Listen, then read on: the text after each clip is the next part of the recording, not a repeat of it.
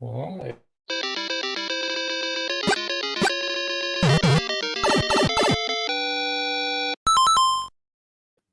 Hello and good evening for this Wednesday, March 27th, 2024. We have just finished watching the 5th episode of Survivor 46 titled Tiki Man. We're just getting started here on Super Mater Brothers podcasting, streaming live on Facebook, YouTube, and on Twitch. Or you might be listening to us on the audio version. I'm Dave Mater, and I'm joined tonight once again with Josh Foster. How are you doing tonight, Josh? Doing well, Dave. Doing well. And you know what? I'm thrilled with how this episode ended. I was like just a emotional roller coaster of an episode, and it just concluded the best way possible. It absolutely did. I was happy with the ending as well. I thought that that it looked like it was going to be end of Ben here, and it ends up. Spoilers ahoy! If you haven't watched the episode, we will be talking all about it. Yeah, we end up seeing Jem get voted out here instead, and with an idol in her pocket, nonetheless. You know, after she. So sweet, and because the way that they portrayed her, Dave, she was just so cocky. And like obviously it was behind everyone's back, but it was just the way that she, like in the like do we call it diary in Survivor diary sessions or Confessional, yeah, confessional, and like she was just like and they showed so many clips of her smiling when the other tribe members were they were showing them talking about it, and it was just just they didn't. Once again, the way they portrayed her was just not very good. Like she didn't look good at all. Yeah, no, I agree. I think there was like in terms of what they showed us in this edit tonight, it was kind of like, okay, I guess this is the story they're telling, that Jem sort of underestimated everyone else, or she underestimated their ability to kind of see through what she was doing. She also played really aggressive, I thought, in some of those confrontations, in particular with Ben and Tim. That I think the way that she asked the questions, like you see the eye contact, look at me and tell me who you're voting for. Like who says that? Who gets away with that? What y'all talking about? Well, how we were just how Jem was basically what she was like, stare you down and basically say who are you voting for? Tell me who you're voting for. Look at me and tell me who you're voting for. What is that? Like who says that? Who does that? Jem. She's outrageous. It's ridiculous. Truly outrageous. She got what's coming to her. Like they don't even realize that they got her out with an idol. That's the crazy part. Yeah, they have no idea because she didn't tell anybody. And she gets voted out with an idol in her pocket. But you know, I think that they kind of knew. I think that there was some part of them that knew that she was the one who planted the beware thing. I think the fact that it was Maria that found it and then realized that she'd been played, I think that ultimately plays into her decision here to go along with what Charlie wanted and vote out let's not vote out Ben. I think Charlie might have voted out Tim, but they were too afraid of Tim coming back from the excursion or whatever, so they were like, let's vote out Ben instead. And I think I was like, oh, I don't want to lose Ben yet. I think Ben's kind of a fun character on this season. So Ben is one of the narrators of this season. Him, Travis, have been two of the narrators of this season. Travis, Tevin. I call him Travis. He should change his name. Change your name, okay, to Travis.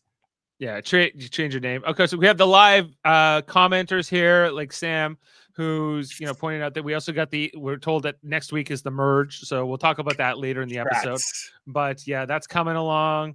There was some fun things here tonight, of course, like with Hunter having to do that, put the season logos in chronological order, and I couldn't help but ask myself, how would I have done at this? Or do you think you would have done well? I think I would have done better. I think I could have done better than 8 out of 20, but I'm not sure I could have got 20 out of 20. The issue, I don't think Hunter didn't do poorly, but once you mess up, like especially one of the earlier ones, you're screwed. Yeah, like I think once you get sort of out of the rhythm, but yeah, and he explains that he didn't watch the seasons in chronological order, so he he got into it later on in life. So yeah, look, I would remember the first couple, and then a bunch in the middle, a bunch in the early parts, and then a gap, and then a bunch. And it's in bunches because Whew, there's some stinkers there. There's some stinker seasons where you don't really care. It just kind of blends in with like everything, and then there's like hit after hit after hit, and then a lull period. Um, Thailand was a low point, right? I like Xian. Xian is Visepia won that season, right? Yeah, I think so. Yeah. I think that's like the season everyone forgets about. That was the season that what's his name? No, that wasn't Dreams. Dreams was later on. Dreams lost to Brian because Dreams screwed himself over.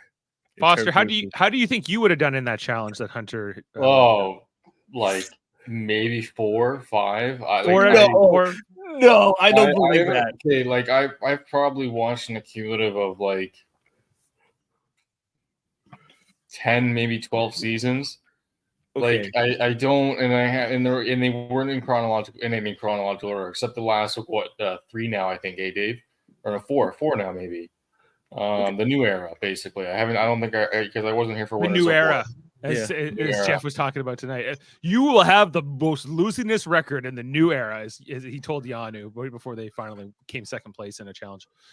Foster, you know the first 3 Survivor seasons, right? Well, I think Outlast. I don't know if I would have picked that up because it's not. I thought it was Outback. So Borneo, right? Borneo's season 1. Yeah, Borneo season 1, Oh, right? But Outback is number 2. And then Africa. Then Africa. And season 4 is Amazon. With is it 4? Amazon? I think so.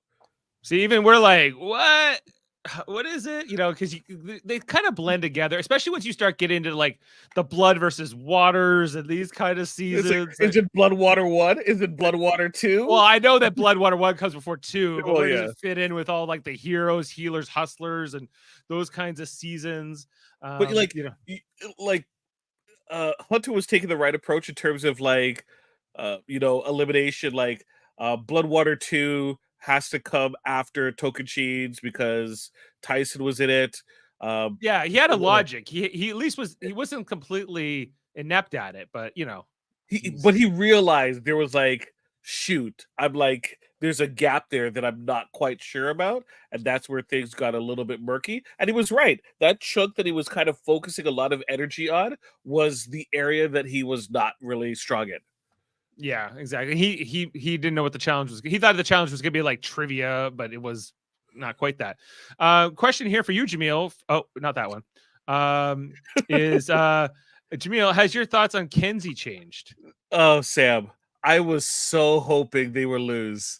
I was like, oh no! You wanted Yanu to like hold Yeah. the record for the losingest Oh yeah, tribe in the new era.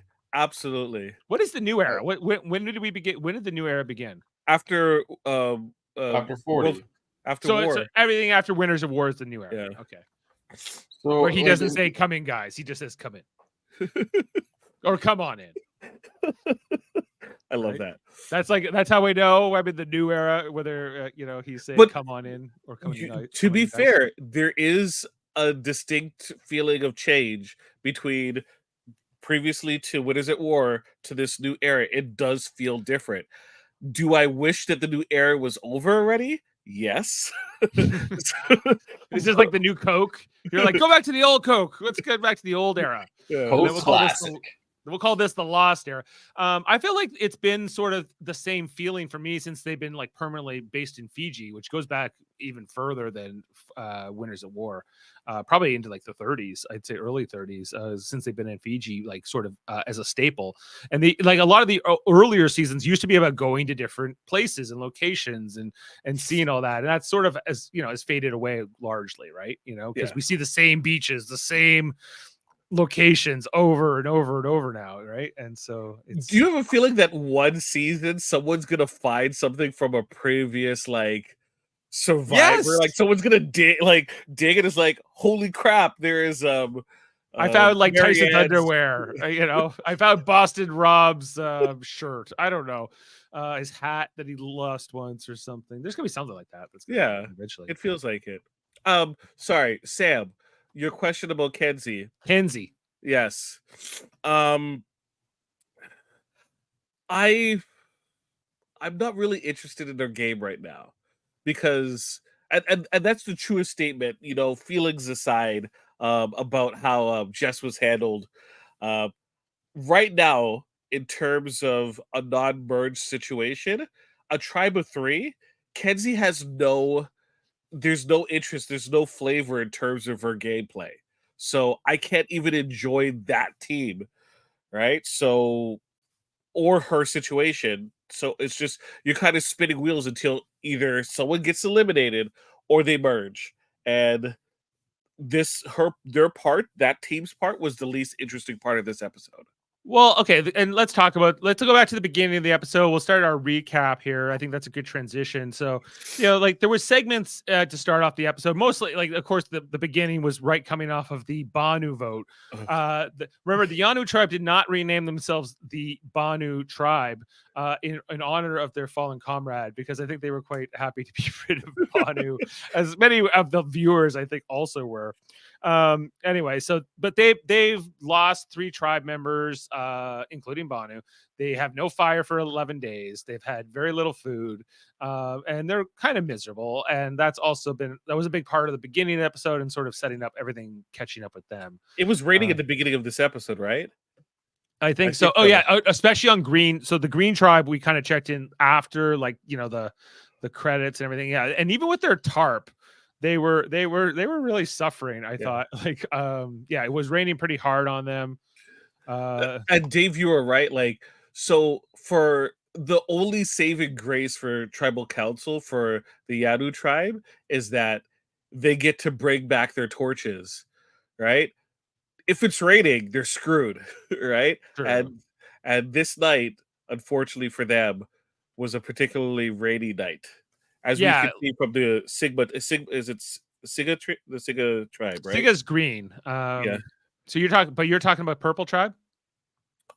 We come back with Siga being wet at the end of the episode. You mean, or in the beginning? The beginning of the episode when they're under their tarp, but I think they won the smaller tarp. If I don't recall, yeah. And so there's 6 of them living under this little thing, and it's rough times. Every time it rains out there, nonstop like that, you're gonna be miserable. You're not gonna be able to keep a fire going. You'll be cold. And you just kind of have to survive until it gets nice again. There's nothing else you can do, really. And we've seen some pretty brutal stuff out there. So there was a lot of that going on, of course. And setting up, like, again, reminding us what the divides were in the Green tribe and in the Orange tribe, I guess, over these last 11 days, because neither of those groups had to go to tribal council, but they're itching to vote somebody out. You always are, right? Because you're trying to set up, like, is my alliance real? We'll only be able to test it once we go to tribal. Absolutely. And so, let's talk about the Orange tribe. A lot of them was like them looking for the idols and stuff. A lot of this turned into Hunter and Venus at the beginning, where she's like, Dave, you and I.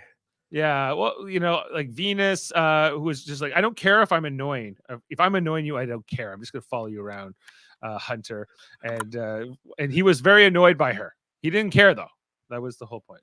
Yeah, he was over that. She was taking the Biden approach, which is just to be there, be in the room, be in the conversation. It's the Biden approach. Yeah, just have a pulse. Yes. If she could have an ice cream, she would have had one while he was looking for the idol. Yeah.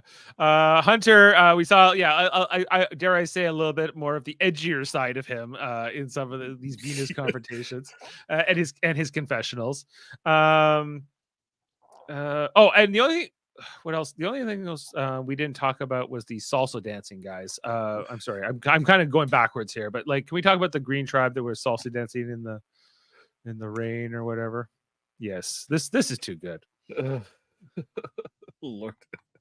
This is 90 minutes. 90 minutes, Survivor. This is what we get. It's a little do-si-do. You gotta learn the steps. Oh my god! It's nauseating. I was actually, while I was watching that, I was like thinking, like, I would hate. I guess the best way for me to play it off, because I would really not want to do that, is just to do it and in the confessional be like, that was the worst thing in my life. So I've taken salsa classes already, so this was kind of like I've lived this already. I've lived No, least this it- life. it's not about. It's just for me. It's just the. I'm not that guy. I'm not like it's a group like just I don't know. It's just not for You me. don't sing, you don't dance, but you can sure make romance, right, Foster? Neither of the two, but you know, where we try and we you know go day to day. What did you guys think of the segment where we checked in back with the Yanu tribe after that, where Q was saying he was going to quit because he was tired of looking at the bamboo? Oh, I love that he was tricking Kenzie. He's smart. He knows what he's doing. Foster, I don't believe it. I don't believe like it would sway Kenzie one bit. Kenzie's gonna put her energy into Tiff to make sure that they're in alignment, regardless of what Q says, right? Because if Q really wanted to quit, he would leave the game, right? So Right. she would have just buy that he's fine with us voting him out. He's like he might use his shot in the dark, No, I right? think And but I think that the way he was thinking of it, maybe it would help Tiff kind of portray that she was on Kenzie's side as like a safety net or whatever for her, right? But Or to make him disarm her about him, and he goes, she would be like, he doesn't even want to be here. Why would I vote him out? He'll quit eventually. I guess that's what he's trying to go for, but I'm not sure. I don't Like know. no, Kenzie was, we can't dwell in the mind of Q. It's a complex place apparently. yeah. Kenzie says in her confessional, if he quits, I'm one step closer. It's not necessarily bad for her game if he quits. Yeah, but like it's the belief, the idea from the way that Q kind of frames the situation is that I'm gonna tell her that I'm gonna quit or thinking of quitting, so it disarms her so she doesn't use her shot in the dark.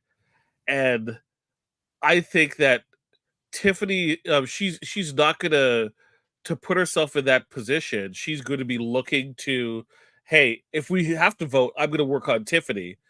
All right. Otherwise, if Q's gonna quit, we won't have to vote. So are you quitting? No, no. Well, then I got to work on Tiffany. I don't think she's gonna be like, well, I don't have to worry about anything because it's gonna be 1+1 = 3, right? right. Victory. Well, and we see here that it seems like if the Yanu tribe had to have gone to a tribal council again here tonight, I guess it would have been Tiffany sort of in the middle, choosing between Kenzie and Q. And I don't know what what Tiffany would have chosen. I think she probably would have sided with Q. You think so? I thought that was my feeling. Foster, did you have an opinion of like what Tiffany, if she had to pick between Kenzie and Q, who she would side with? I think she'd side with Q.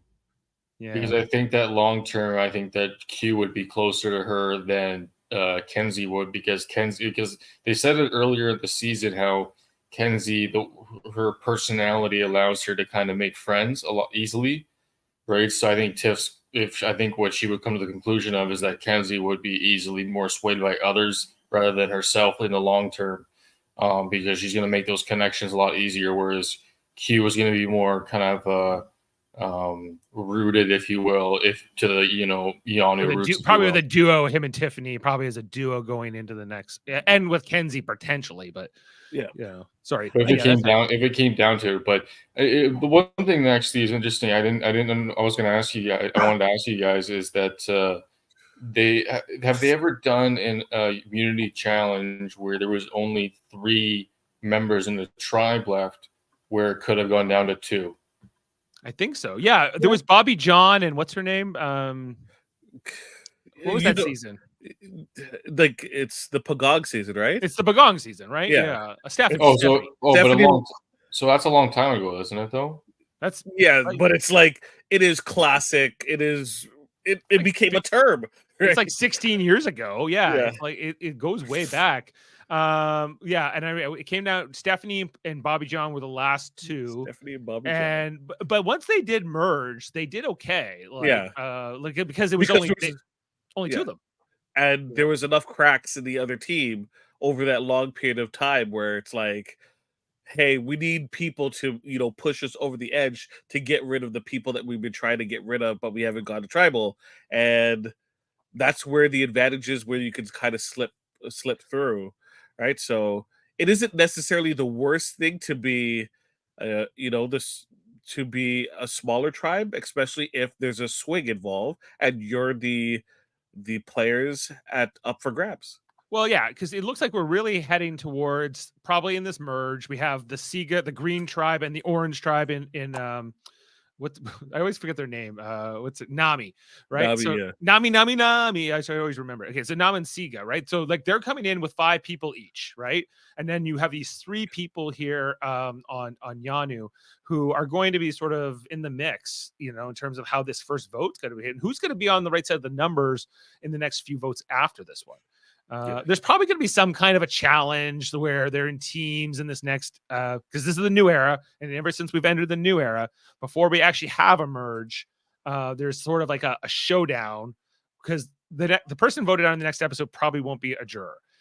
So they'll officially be merged the episode after next. So we know what's going to happen. They're going to merge. They're going to have two teams of 6, and then one person will sit out and then pick who they want to side with, and then whoever wins doesn't have to go to tribal, and the other team will have to earn their way to the merge, right? So basically survive a vote. Yeah.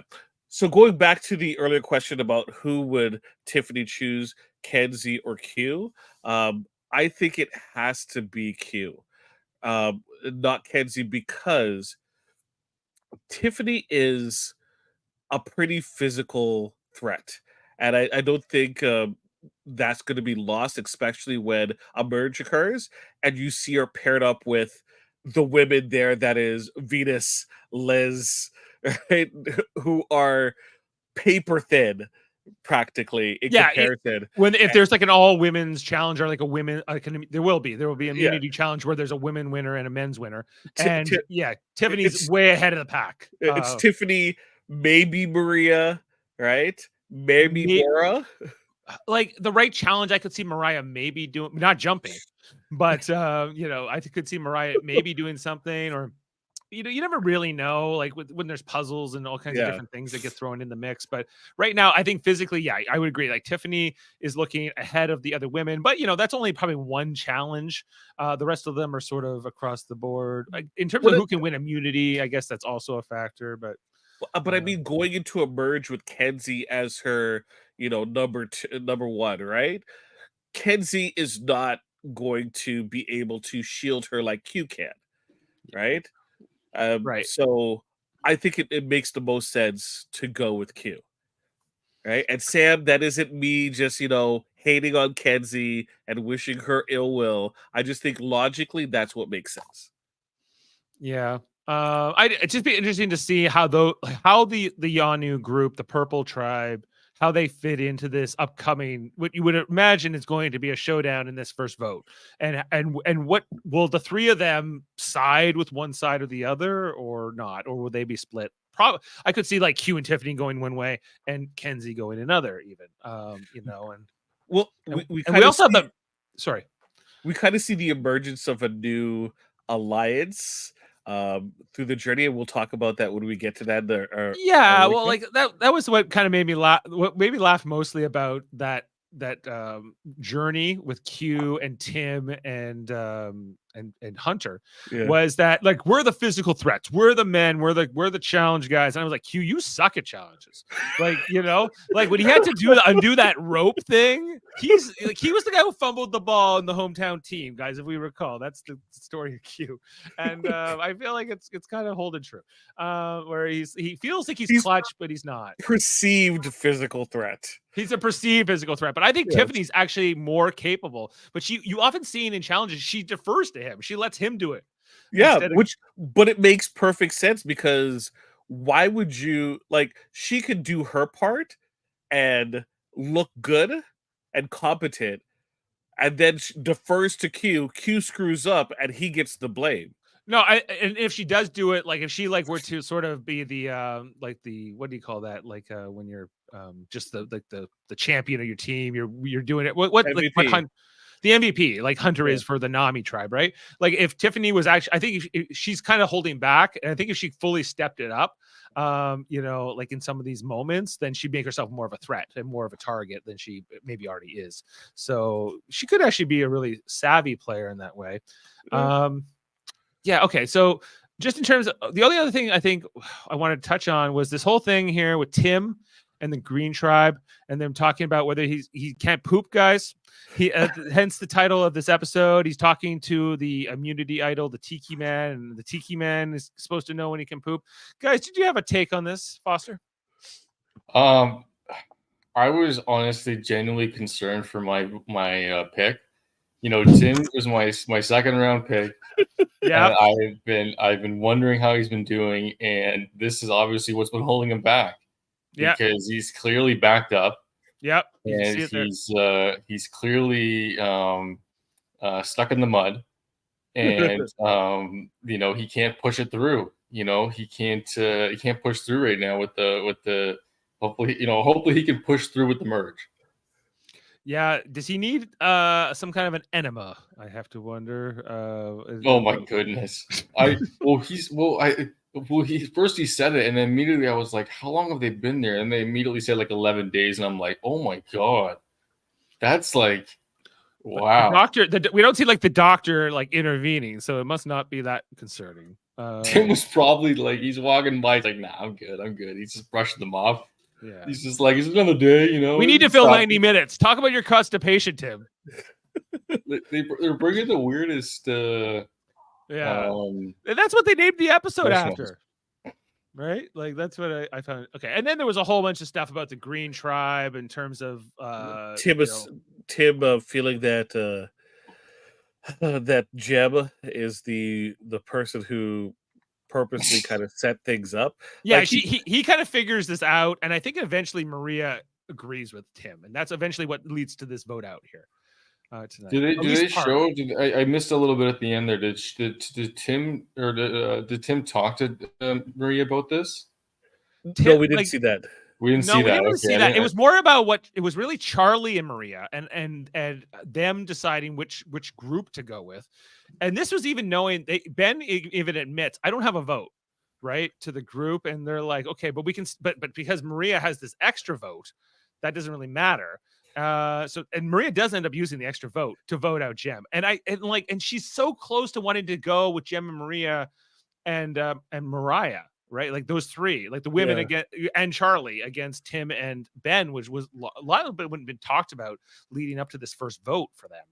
Will end up being the only vote for the Green Tribe in this season, right? So it's interesting to see how where Charlie and Maria, I guess, as the swing votes, ended up actually ending up, and sort of, but it was kind of because obviously we saw that Charlie was very close with Ben, that they love to do their music things. Like I was actually laughing at some of their segments where they just have all these different songs that they're throwing at each other. I don't even know what they're talking about, but do you think that Charlie and Maria would be able to kind of save face if they find a new Beware advantage?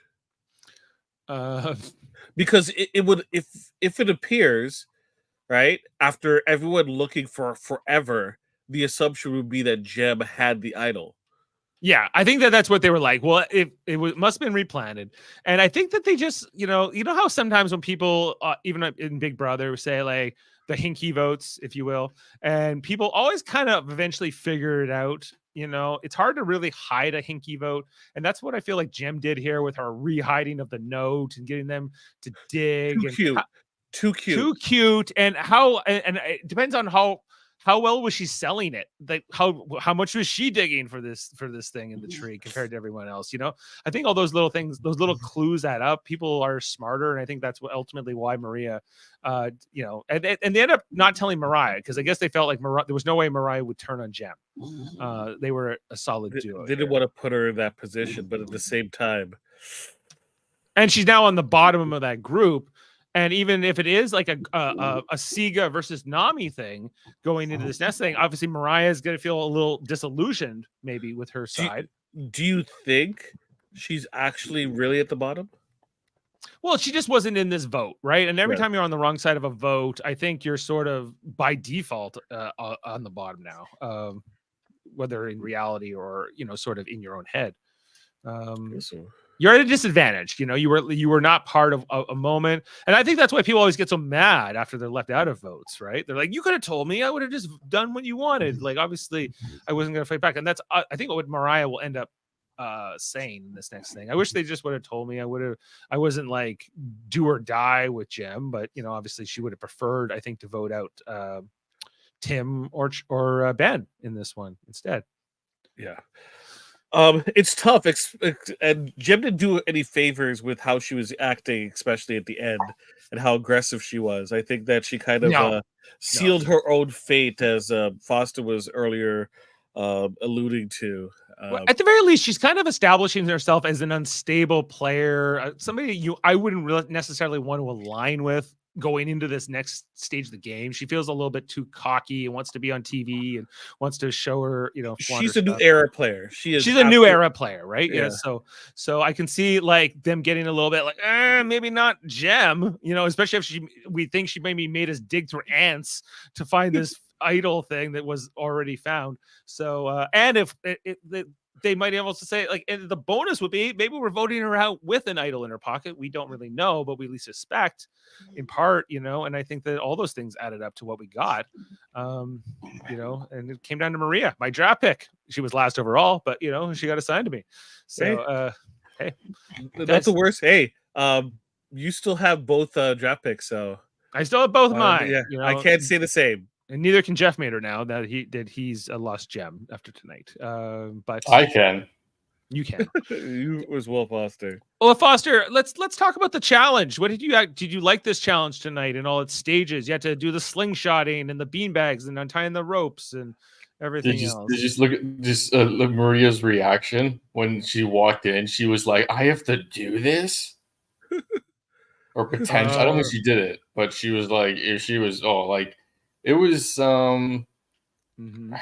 It looked like it was really what's the word I'm looking for? Like not endurance, but it was very like. I think it was agility was more important than anything. Yeah, agility is a good word to use, Jaemeel. Thank you. Like it just seemed like it was a lot of like twists and turns, and like you're jumping up and down, and like you're going through like what I mean. Like it's just, like the obstacle course and stuff. Like and the finicky fingers with the knots, and so it's. But I like the fact at the end that everyone had to hit the target. Yeah, like each team member had to knock, because there was wasn't there 4 you had to knock down? So no, 3, because it was only 3. Yeah. Right. It was like a 3 versus 3 versus 3 challenge was fun. I'm glad that, because I think there would have been the temptation here to do a merge or a swap sooner, because of even now, right? You could do it, but they decided to hold off, hoping here that that I think that Yanu wouldn't come dead last. I think that's why Jeff gives this speech here to Yanu. Like, guys, if you've set a new record, like the most losingest tribe, the longest in the new era without Flint, and if you lose this, you will be the losingest tribe in the new era ever, right? Because they got lucky too, because Brandon went out too, right? Right. Like by medical. Yeah, they were spared a week. They got extra. Yeah, they got extra week because of that. Yeah, or a couple days in all reality. Yeah, so it was I think that the producers would have preferred them, that Yanu doesn't go to tribal again, and that's not what happens. And because they Nami lost Randon by no fault of their own. He just was medically evacuated. So I think in the moment after Banu got voted out, they made a decision. They're like, hey, we have to make a decision right now. Are we going to let a team of 3, and we're going to do a 3 versus 3 versus 3 challenge and the chance? They took a chance, essentially, is what they did, right? Because they said, you know what? And then even if it looks good on us, if there's 3 of them left, and if there's 2, then it looks not great, but there's still a merge after that. So I think they just took a chance. They took a chance. And what did you guys think of the reward? Of course, you got pastries, muffins, fruit. Pastries. Yeah, but on the fruit, at this point, like you'd want the fruit too. Yeah. Ah. It might like I think Tim could have used this for his constipation. Yeah, Potentially. very true. So it's too bad he didn't win. He's like, can I get some pickles? It's Pickle brine. Can I get it? Yeah, all these things. Okay, and in terms of the challenge, okay, Q spent forever on those knots or that untying of the rope thing. It's a miracle Yanu managed to come back here. Okay, a miracle. What did I think was Ben actually? Ben on the sidelines, sitting out this challenge. He was like, "This is the best playoffs I've ever seen." You know.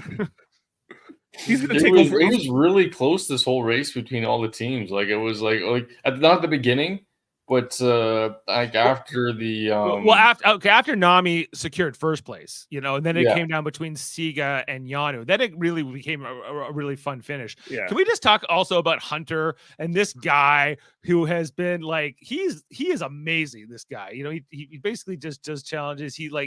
He always brings it in for his team. He's a big reason Nami has not had to go to tribal at all.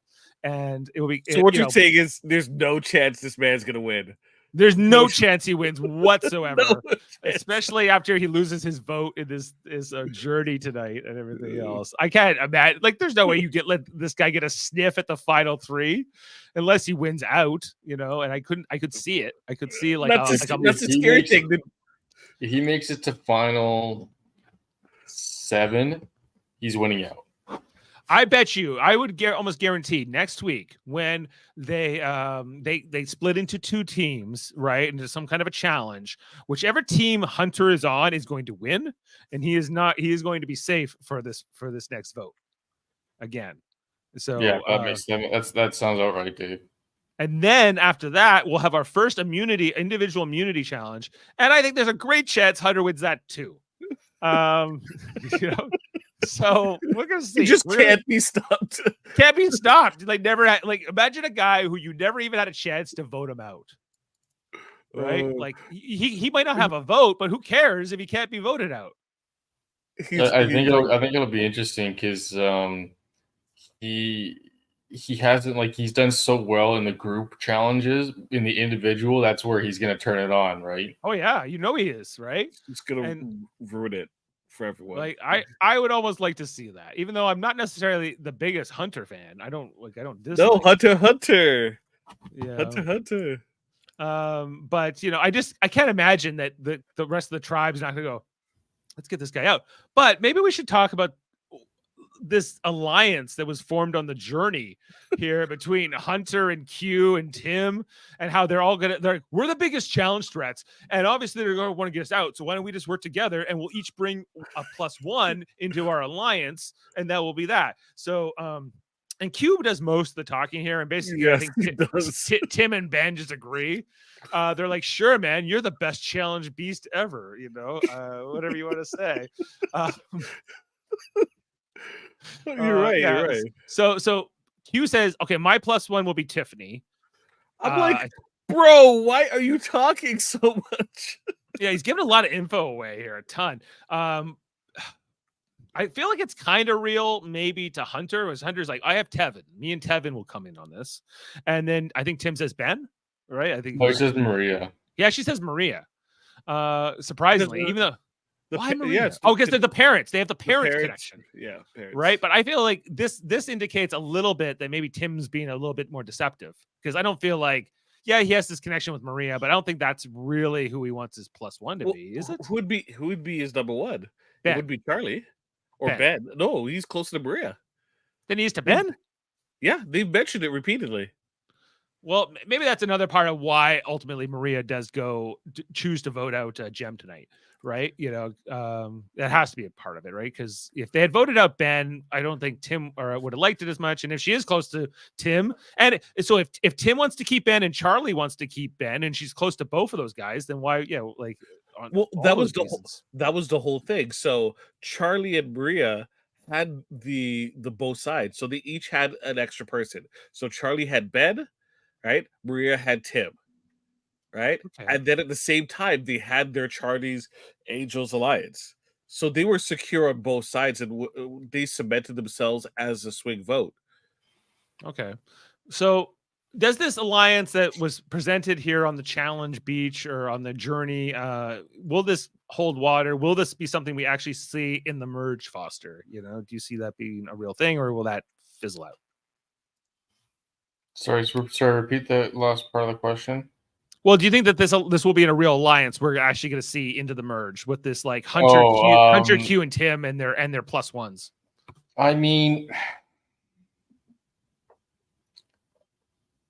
I feel like it's going to go one of two ways. Either they're going to get caught super early, or there's going to be like one of the extras is not going to let it fly. Okay. Well, I guess The yeah. Like, so, but you felt like Tim, Hunter, and Q meant it, that they actually want to do this. I thought they meant it.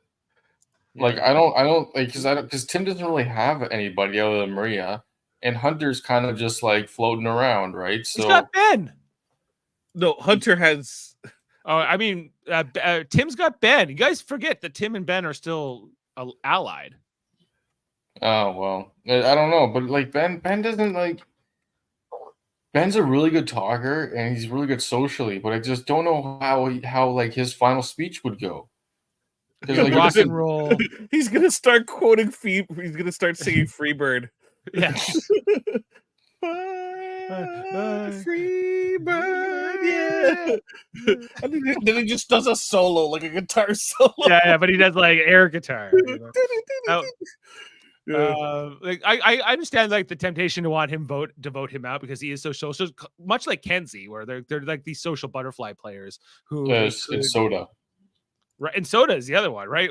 When they all get together, it's gonna be interesting to see how. Oh, and Tevin too. This might be the most interesting merge tribe, in a while. Once it all gets together, with not that many physical threats. Not that many. They're like almost only Hunter, right? And I could see Hunter just winning everything. What if so? Just imagine if Hunter, like the way I see it. Let me break this down into two situations. Your question about is this real? I think it's real if it's advantageous to the groups. If the numbers play out well, especially if there's a split, right? You're gonna be like, oh, if I reference our plan, right, and it's an advantage to me to survive this, half tribe vote. Absolutely, we're together. Remember, we did the journey. We made the +1 thing. Yeah, absolutely. High five. We're a team. Once that's done and you have all the pieces on the field, I think once again they're going to look at their situation and determine, is it valuable to reference it? The moment that it isn't and they have to make a choice where it's either or, they are absolutely dropping this, physical threat alliance. That's one. The second thing, if I'm being realistic, I don't think Q, I don't think Hunter, I don't think Tim are long for this game. And it's going to be the island of misfit toys, and Tiffany might be the strongest person in this game, right? At the end, once all these physical threats are like, if the Hunters, the Qs, the Tims, because you're dragging Liz to the end. Because there's no way this Liz, Mariah, I'm not sure what Venus I thought was not a physical threat, but in this challenge tonight, she actually did pretty good. She did very well. She's once again the agility, the nimbleness, right, was there. But I mean, like, I'm talking about final three. Like, are you going to give money to Liz, the self-proclaimed awesome person who has so much money that doesn't really need, the money? I just want the title. Like, I don't think people are going to vote for her. Not for first place. I think you're right. Like, I think Liz could go very far into the end here because she's somebody that they're not going to vote for at the end necessarily, at least not at this stage, based on what's happened so far, which isn't much. Because Nami has not had to go to tribal. There hasn't been a lot. We haven't, they haven't had to really be on the hot seat. But we'll see what comes next. Okay, and like I just we can just also talk more about this challenge that Hunter went through with putting the logos in order. You can see there that they wasn't like all the seasons. They picked 20 seasons. So like with Borneo being number one there, the next one that they have in the list there is Marquesas, right? Marquesas. Is that Brian? Brian won that Marquesas? No, Marquesas is the one that's Boston Rob's first season. Yeah, but So did Vesepia win that one? Maybe, yeah. And Brian won Thailand. Yeah. Brian, the used car salesman, won. I think Thailand. Yeah, I think Thailand's like sort of the season I know the least about. And so Okay. they do give us a graphic here where they show us. Okay, here is all of the logos that they gave us in order. This is actually so it was Borneo, then Marquesas, Thailand, Pearl Islands, Vanuatu, Guatemala, Panama, then Cook Islands, Fiji, the first time. Tocantins, Yeah, Samoa, Samoa, South Pacific. Caramoan, some of these fonts, Cagayan, San Juan del Sur, Blood versus Water. Yeah, Bloodwater. Bloodwater 1. What's that one? Second Chances. Cambodia, Second Chances, Cowrong, Game Changers, Heroes, Healers, Hustlers, and finally David versus Goliath. These were all the seasons shown, and so they're in chronological order, but they're obviously leaving out a ton of seasons in between these things. So this would be a little bit hard to follow. So I think I could. Do you think it's interesting that they picked those specific ones? Yeah, I think it is a little bit because it's all over the place, right? I think like Marquesas is season 6, and so they went like 1, 6, 9, or no, Pearl Islands was 8. I feel Pearl Islands was before All Stars. Yeah, but Pearl Islands is after Thailand, which I didn't realize. So I forgot about that. But anyway, nice little. I would like to see if they do a challenge like this again.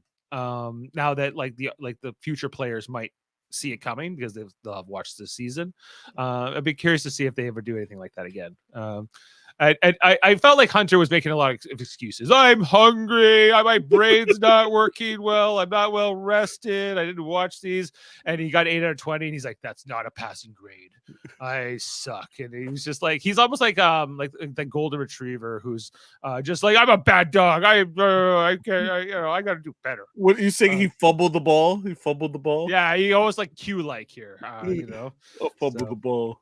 Take me out, coach. Take me out, coach. So Q comes back. Just was it in terms of like the segments, we had the stuff with the purple tribe and them eating all the sweets. They left it for Q. I was a bit surprised that they started eating it before Q got back. Then the green tribe was scrambling for their tribal. Yeah. I don't think we ever checked in with Nami after the challenge. We don't see Nami at all. So, or anything to do with them, which I thought was a little surprising, but I guess they just had too much with Jem having to find that idol, after they had lost and having to use those machetes and all the math that was involved. And did she have a pencil at one point to do the math? It felt like she did. Like she wrote it down. Yeah. I was like, where'd you get a pencil? And, like, did they give that to you? I was a little bit surprised. Like, if she couldn't remember 212 and what 26. Or was it 24? 212 and 24. I'm sorry. This ain't like you're not cut out.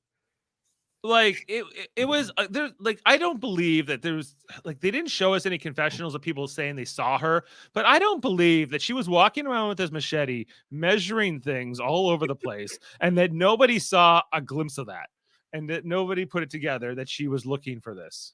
Right? Yeah, I agree. The perimeter of the tree mail versus the perimeter of the boat versus the perimeter of what? Like the flag, I think, or the length of the flag. The logo. So the length of the logo, the perimeter of the tree mail, and then the perimeter of the boat. But then she was like actually using the machete to measure it around. And Jane was like, can't she just do this like kind of visually, like sort of guesstimate it, But no, she was actually be accurate because it's you're gonna and even the way she was placing it down, she was going like this.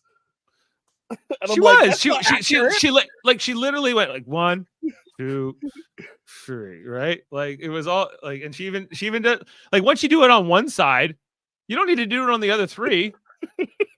It's like I could just see some production assistant is like she doesn't believe in our carpentry skills. Would have some uneven tree mail when one side is like twice as long. How dare you? How dare you? What does 2.5 mean? 2.5? 2.5. She does the entirety of the boat, which just makes me okay. Now literally look here, guys. She is using a pencil Yeah, that's to do the math. I'd say I call foul. I think that's why does she should have to do the math in her head. There's no pencils, or write it in the dirt or whatever, with your finger. This is Survivor, like I guess you could have a pencil if you were shipwrecked, but let's say you don't. Anyway, cheating. So she ends up finding she has to she goes. It's like 23 machete lengths or something like that. And she finds the key, and then she gets the thing, and she's very pleased with herself. And I was like, okay, well, I guess this is the end of Ben then. She's gonna be safe. And I was kind of really like, I liked Ben, but I felt like he was donezo at this point. But they fooled me. They got me. They got me with this edit tonight. So going on. I felt the exact same thing. I'm like, oh, it's pretty elementary right now at this point. We're just watching the slow end of Ben, and no. Yeah. Right. Well, but then like we get some like these moments here, especially with I think Charlie and Maria, and it's left very ambiguous on purpose, right? But she like it really seems like Maria is going to pull Charlie into voting against Ben, and then that's gonna be the end of that, right? It strongly feels like that. But obviously they left out other conversations, and it all played out, and then they go off to tribal here, I was like, Ben's a dead man walking tonight. Here he goes. And I'm glad he's actually going into this next phase. I think it's the show is a lot more interesting with him still being part of it. So I'm glad. Yeah, I loved that. This was a fun tribal, I thought too, in some ways, about how there was a chance of a lot of different alliances. I thought Mariah in particular was kind of funny. She's like, "Can we vote for you, Jeff? Can we vote against you instead?" And Jeff was quick to say, "I'm here forever." I'm here forever. Sorry. So my initial reaction was just like he's gonna be because he's in his 50s now. I think so. Yeah. So he could easily do this for another 15 years. Sure, like he's 70. He's not too old to keep doing it. It's really. I'm sure he doesn't need the money. I think he's got too much invested. He sprains himself. He pulls a muscle by raising his hand up. He's 62 actually. Wow, 62. Wow. Okay, well, I would say another 10 years. He might do another 15. I could see it, like Bob Barker. How long did he go? But actually, Jane and I were talking about that during tonight. Like, what if Jeff went? What if Jeff left the show? And could it keep going with another host? Could somebody else come in? Someone would come in, but I also think that with Jeff, he wouldn't just stop. I think that he would. I think he could transition. Right? He might become just a producer, executive producer, just from a producer role. Yeah, I could see that. But let's say, something tragic happened to Jeff Probst and he's out of the picture. Knock on wood, of course. But if suddenly like he can't do it for whatever reason, could you see just somebody else swooping in and being that person? Yeah, I'm sure they've done this long enough where they definitely have like a short list of like who would like really work with them, and it is people like within their close circle. I don't think it would be anyone like an outside hire. Like I don't think within like Survivor, like the production, I'm saying like the producers, like their friends or like someone they know closely that would be a good like kind of replacement, because with the way that the show's gone, Jeff is kind of like an icon, right? So you want to make sure that you transition properly, and I would think that there's easily like even now I would think they have some sort of succession plan in case. Maybe Philip Shepard. Who is your pick, Jaemeel? If you had to pick someone out of thin air, is it a past contestant? Like, is it necessarily like somebody we would know, or Cochran?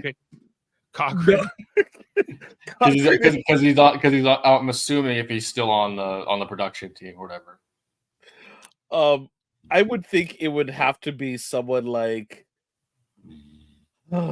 It can't be as much as I joke. It can't be Rob Mariano, unfortunately, because you need a clear, like he has a specific twang of voice. Hey, tell me why you're voting this way. He's not that type of person who Ben surprisingly enough, has the gift of the gab that he possibly could do it.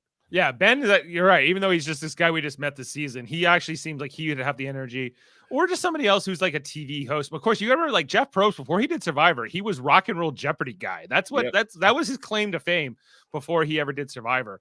So and that's kind of what Ben is. He is kind of like Rock and Roll Jeopardy guy, in some ways. So who knows? I wouldn't want a Boston Rob. I even Parvati kind of came to mind at one point, but then I was like, I don't know. Like, I think I'd rather have like a true TV host actually do it.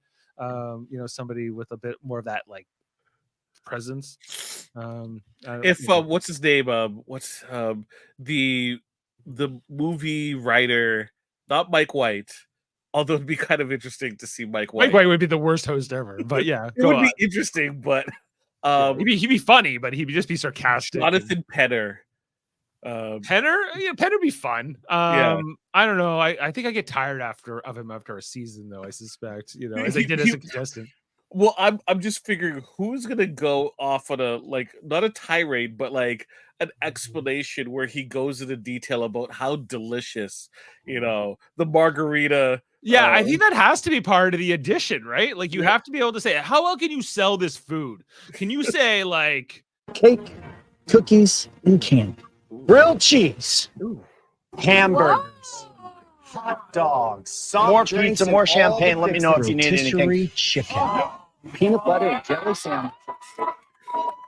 Wood. Salty potato chips. Oh my God. I was playing too many ones. Wood. Fire grilled. Outback steak. Plus the brand new Outback Steakhouse margarita, the grilled pineapple Rita. Yeah, if you could do all that, then you could be Jeff Probst. I need that. I have to. That's a mandatory. How well you do a tribal council is secondary to that. If you're just like, let's time to vote, I would be fine with that. If you just say it's like, because I always hate all these drawn out tribal councils. This one tonight was like 20 minutes. I felt like really.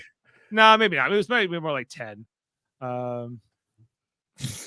Yeah, but like I don't know if I thought it was so inevitable what was going to happen that looking back, I enjoy it now knowing the result. But going through, I'm like, come on, like don't prolong this torture that I'm going to lose this wonderful man that is Ben. Right. And then it ends up being Jem. I was like, no, this is a great ending, which is kind of what we talked about to start off the episode, guys. Yeah. So let's just look at Jem's exit here tonight and see if we can pick up anything we maybe didn't when we first watched it. The dumbest move, put an idol in my pocket.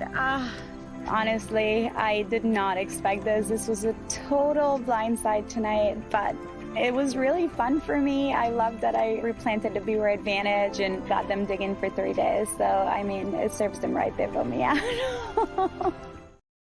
I think she admits to it there, right? Like she says, I made them dig for 3 days. They knew it was me and they voted me out. Good for them. Yeah.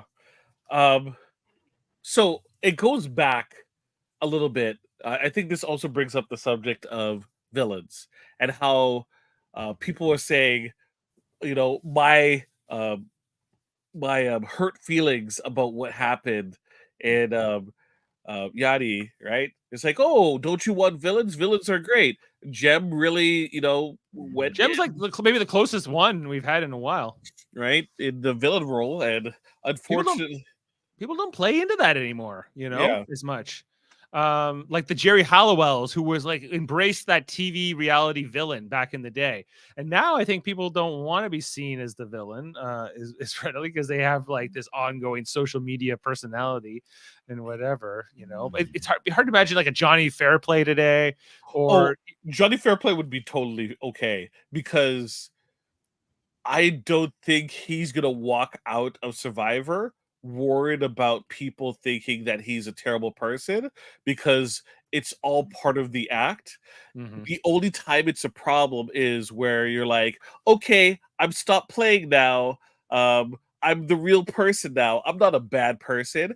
And that that turn in the public's perception is going to be really tough for a lot of people. A lot of people aren't ready for that, and that's why they play it safe, because they've seen people try to transition away from, well, I did that as Survivor because I'm really a good person, and people don't buy it, or the mouth breathers online that can't, distinguish between, reality television and reality, the real life that is reality.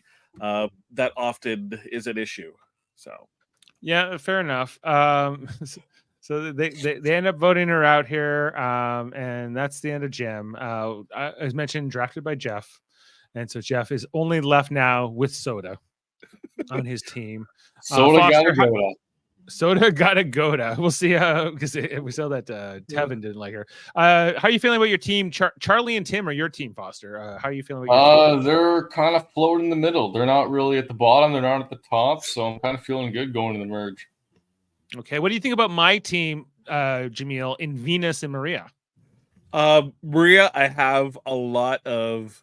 I think she's going to do really well. Yeah. Venus is going to be a fulcrum.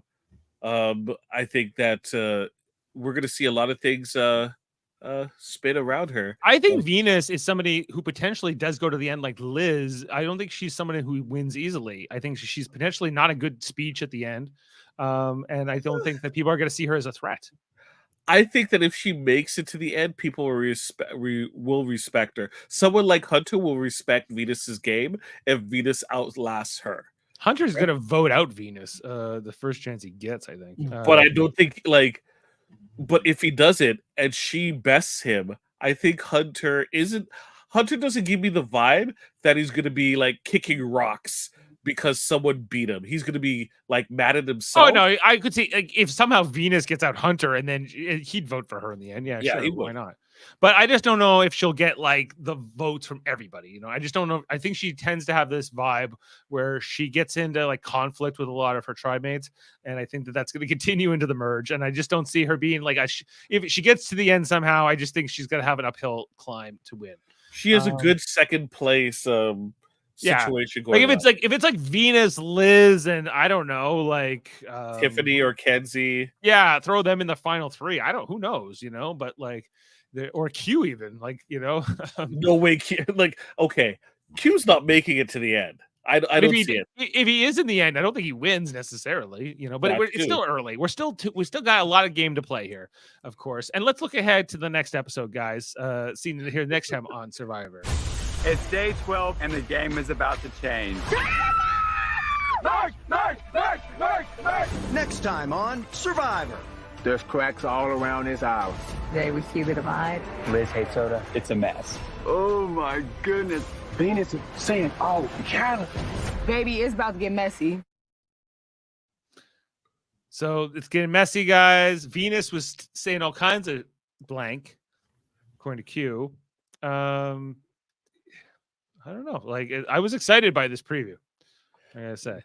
Yeah, it looks like we're gonna see some hurt feelings and a lot of scrambling. That's good.